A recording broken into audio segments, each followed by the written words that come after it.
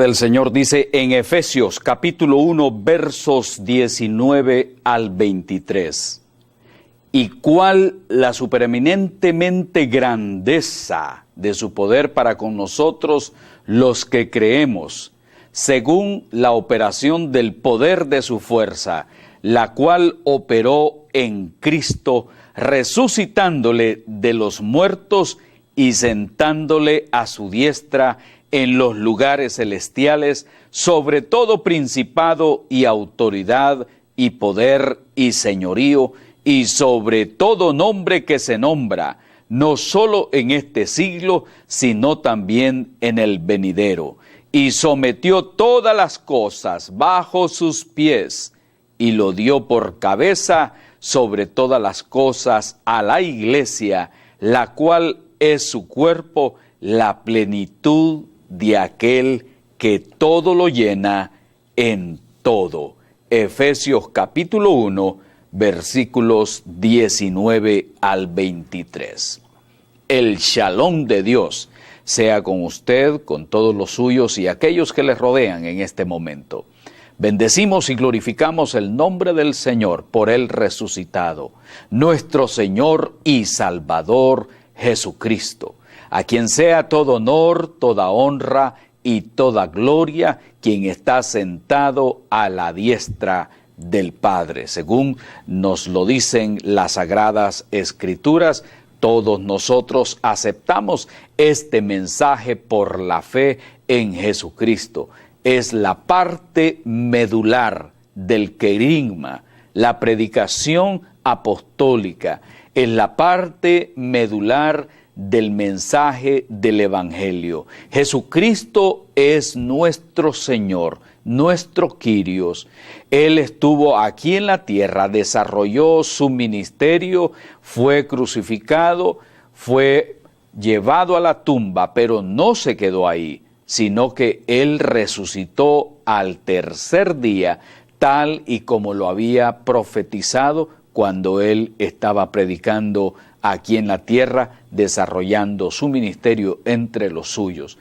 Así es que Jesucristo no está muerto, Él está vivo. Esa fue la buena noticia que se difundió por todos lados. Jesucristo fue crucificado, fue llevado a la tumba, pero ahora ha resucitado.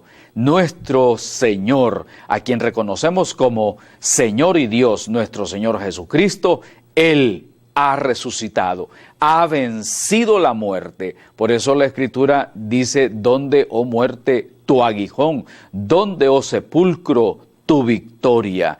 La muerte no pudo retener al Señor Jesucristo. Él venció el pecado, venció a Satanás, venció la muerte y ahora vive y reina eternamente y para siempre. Cuando usted lee las Escrituras, usted va a encontrar que la resurrección de Jesucristo no es el tipo de resurrección que nosotros encontramos tanto en el Antiguo como el Nuevo Testamento, en el sentido, por ejemplo, del caso de Lázaro, que el Señor Jesucristo lo resucitó, pero que también él volvió a morir. En el caso del hijo de Naín, de la viuda de Naín, que también el Señor lo resucitó, o como encontramos nosotros también en la experiencia del Evangelio según San Lucas, que me gustaría, según San Marcos, me gustaría leer el capítulo 5 de los versos 21 en adelante, que dice así: cuando Jesús pasó otra vez en la barca al otro lado, se reunió una gran multitud alrededor de él y él se quedó junto al mar. Y vino uno de los oficiales de la sinagoga llamado Jairo, y al verle se postró a sus pies y le rogaba con insistencia diciendo: mi hijita está al borde de la muerte, te ruego que vengas y pongas las manos sobre ella para que sane y viva. Y le rogaba con insistencia de esta manera: mi hijita está al borde de la muerte. Le decía: te ruego que vengas y pongas las manos sobre ella para que sana y viva. Jesús fue con él y una gran multitud le seguía. Y más adelante nos habla de la experiencia de cómo el Señor Jesucristo la resucita. En el verso 35 dice, mientras estaba todavía hablando, vinieron de casa del oficial de la sinagoga diciendo, tu hija ha muerto, ¿por qué molestas aún al maestro? Pero Jesús, oyendo lo que se hablaba, dijo al oficial de la sinagoga, no temas, cree solamente. Y no permitió que nadie fuera con él, sino solo Pedro, Jacob y Juan, el hermano de Jacob. Fueron a la casa del oficial de la sinagoga y Jesús vio el alboroto y a los que lloraban y se lamentaban mucho. Y entrando les dijo, ¿por qué hacéis alboroto y lloráis? La niña no ha muerto, sino que está dormida. Y se burlaban de él, pero él echando fuera a todos, tomó consigo al padre y a la madre de la niña y a los que estaban con él, y entró donde estaba la niña. Y tomando a la niña por la mano le dijo, Talita cumi, que traducido significa, niña, a ti te digo, levántate. Al instante la niña se levantó y comenzó a caminar, pues tenía 12 años, y al momento se quedaron completamente atónitos. Entonces les dio órdenes estrictas de que nadie se enterara de esto, y dijo que le dieran de comer a la niña. Jesús lo dijo claramente, yo soy la resurrección y la vida. Yo soy la resurrección y la vida. Y él, lógicamente, nos dio ejemplo de esto, porque él mismo llamó a aquellos que habían muerto nuevamente a la vida. La muerte no pudo tener cautivo a Jesucristo. Él venció la muerte. Esta es la parte medular, como repito, del mensaje de la iglesia. Por eso la iglesia, los días domingos, los días que se reúnen, es para celebrar la resurrección de nuestro Señor Jesucristo. Precisamente el primer día de la semana que nosotros nos reunimos para celebrar. Jesús no está muerto, Él está vivo. Y no solamente vive en el corazón de cada uno de los creyentes, sino Él vive allá en el cielo, en su trono. Él está allá y también presente en la iglesia, pues Él es la cabeza de la iglesia. La iglesia se reúne para dar testimonio de que Jesucristo vive y reina para siempre. La iglesia sale para proclamar el mensaje, Jesucristo vive y te llama a la vida. Por eso esa es la esperanza de cada uno de los cristianos, que también, como Él es la primicia de la resurrección, luego también nosotros resucitaremos, como Pablo bien lo apunta en la carta a los Corintios.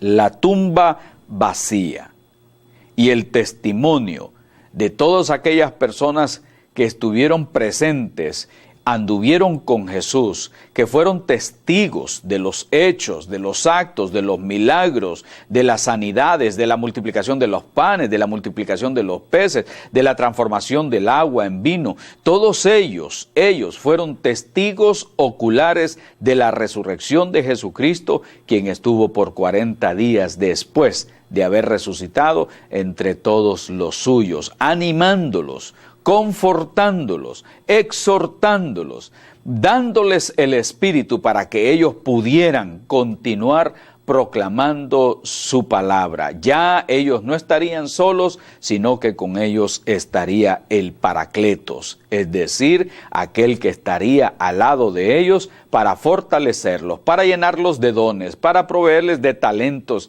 para que la iglesia se fuera desarrollando y estuviera lista contra los ataques de aquellos que eran los enemigos de Jesús.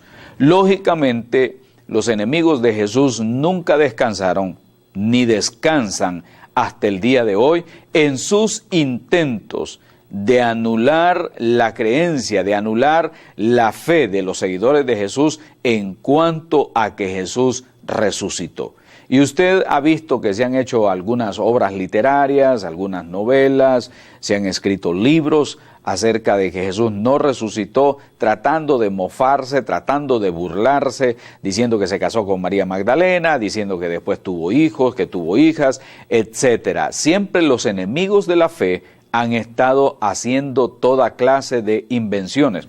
Lo que sí es de extrañar es que hay hasta miembros de las iglesias que entran en duda de si esto era cierto o si esto era falso. Definitivamente que todas esas invenciones humanas se dieron desde siglos, muchos siglos, antes de la era en que estamos actual nosotros. Desde que Jesús murió, ya aquellos hombres estaban tramando. Hay que tener cuidado, se van a robar el cuerpo, van a decir esto, van a decir lo otro. Y entonces ya habían planes de querer distorsionar el acontecimiento tan maravilloso y trascendental como lo fue la resurrección.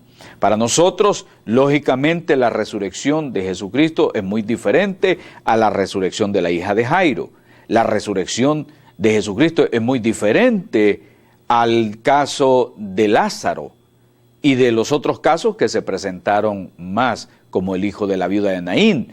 Es decir, todos ellos resucitaron, pero volvieron a morir. La resurrección de Jesucristo es para la eternidad. Y eso es para nosotros el gran gozo, saber que Jesús es nuestro Señor, Jesús es nuestro Salvador, que Jesús aparecerá como juez para muchos, pero para nosotros es nuestro Señor y Dios, nuestro Salvador. La resurrección de Jesús se convierte entonces en el mensaje central que es proclamado por todas las iglesias que caminan en la sana doctrina, que es proclamado en las celebraciones, que es proclamado en los mensajes, que es proclamado en los estudios bíblicos. Jesucristo ha resucitado. Él venció la muerte. Y pensemos un poquito, por ejemplo, en Isaías 53. Cuando nosotros leemos Isaías 53, nos lo presenta como el siervo sufriente. Nos lo presenta como que escondimos también de él nuestro rostro, porque lo vimos sin parecer, lo vimos sin hermosura. Es decir, nos describe el sufrimiento. Pero luego los salmos también nos hablan que le dijo el Señor a mi Señor: siéntate a mi diestra hasta que ponga a todos tus enemigos bajo la planta de tus pies. Quiere decir de que la Biblia nos habla por todos lados, ya no de un Jesús que fue torturado, no de un Jesús que fue humillado. Ahora la Biblia nos habla de un Jesucristo vencedor. Cuando hablamos nosotros del resucitado, estamos hablando del vencedor. Por eso en la evangelización, cuando hablamos con algunas personas, les hacemos ver nosotros, ¿del lado de quién estás tú? Y esa es la pregunta que les hacemos, ¿del lado de quién estás tú? ¿Estás del lado del que venció o estás del lado del que ha sido derrotado? Las multitudes son arrastradas en los países nuestros por las drogas, son arrastradas por la depravación, son arrastradas por el crimen, son arrastradas por los robos, son arrastradas por las violaciones, son arrastradas por una serie de programas aún de cómputo y de muchas otras cosas más que los alienan, los enajenan. Las juventudes la juventud de nuestros tiempos, también el enemigo ha querido atraparlas en el licor, en las dependencias, en las adicciones, y una de las situaciones todavía peores, en la rebelión contra sus padres. Por eso, para nosotros, el mensaje del resucitado, cuando le hablamos a estas personas, les decimos, ¿del lado de quién estás tú? Tú sabes muy bien que Satanás ha sido vencido, los demonios han sido vencidos, los héroes que los seres humanos fabrican no son realidad, sino que son parte de la fantasía y parte de las ideologías.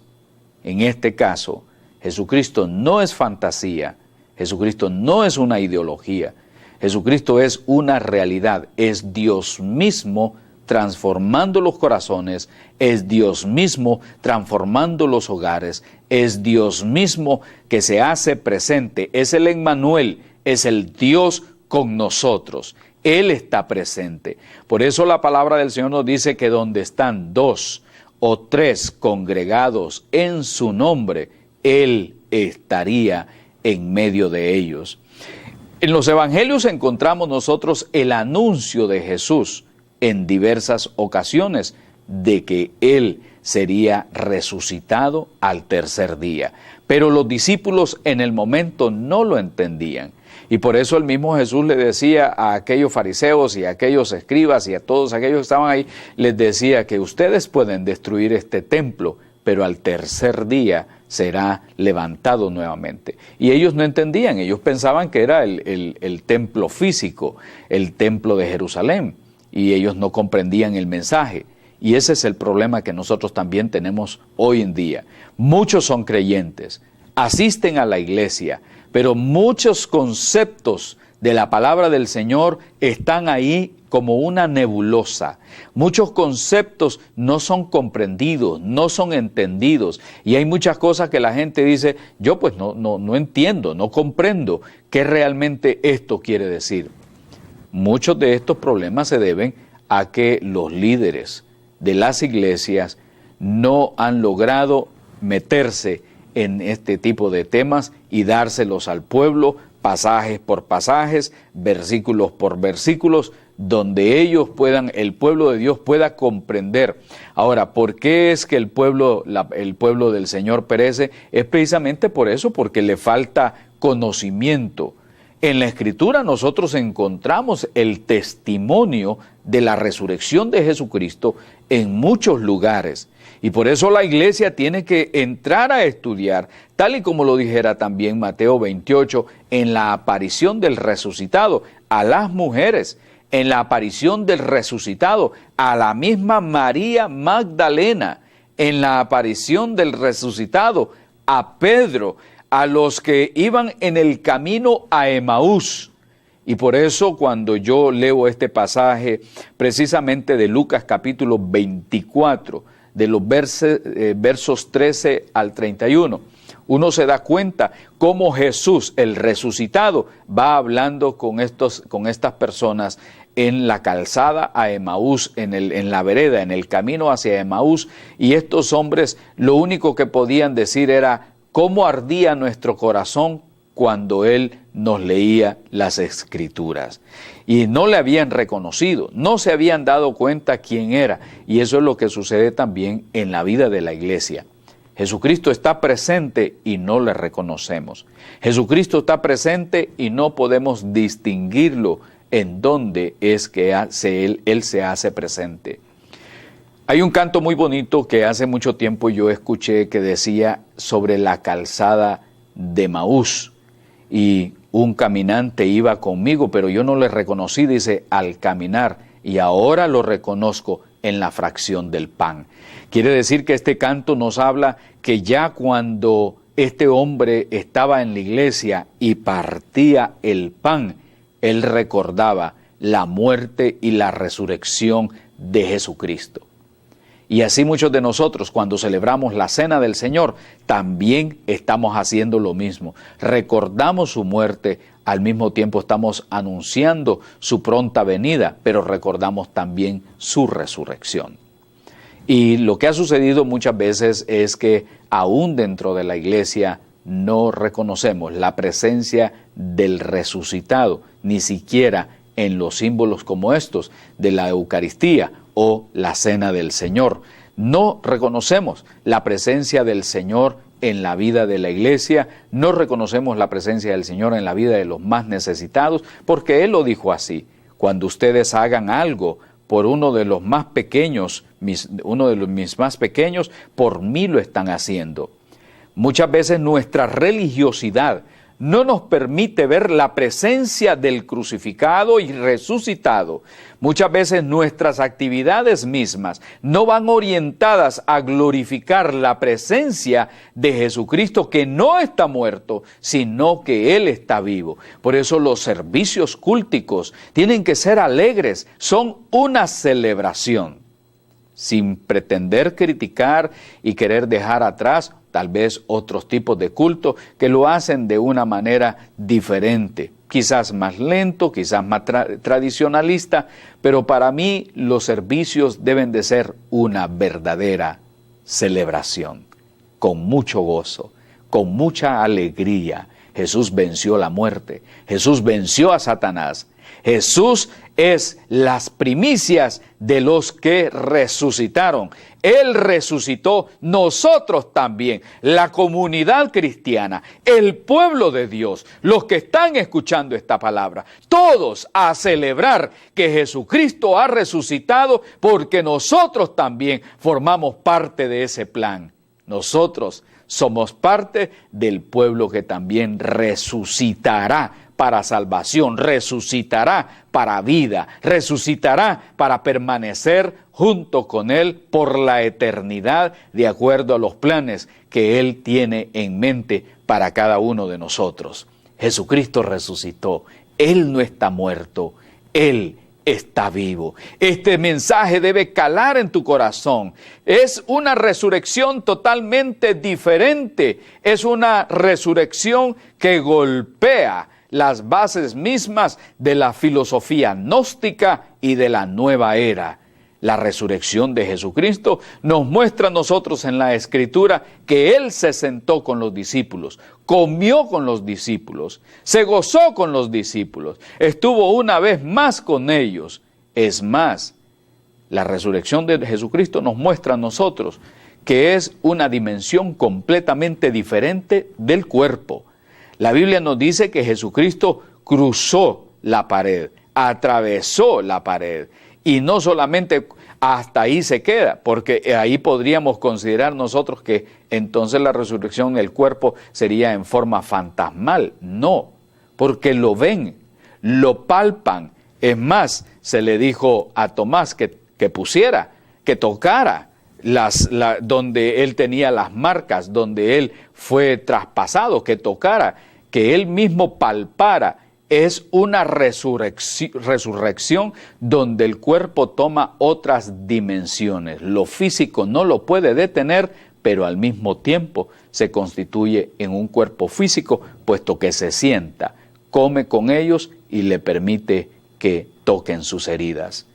Esta es una resurrección que sale de todos los conceptos que el ser humano pueda tener. Por un lado, podría ser desvirtuado por una forma espiritualista y decir, no, Él atravesó la pared y lo que ellos tuvieron fue una visión, fue una aparición.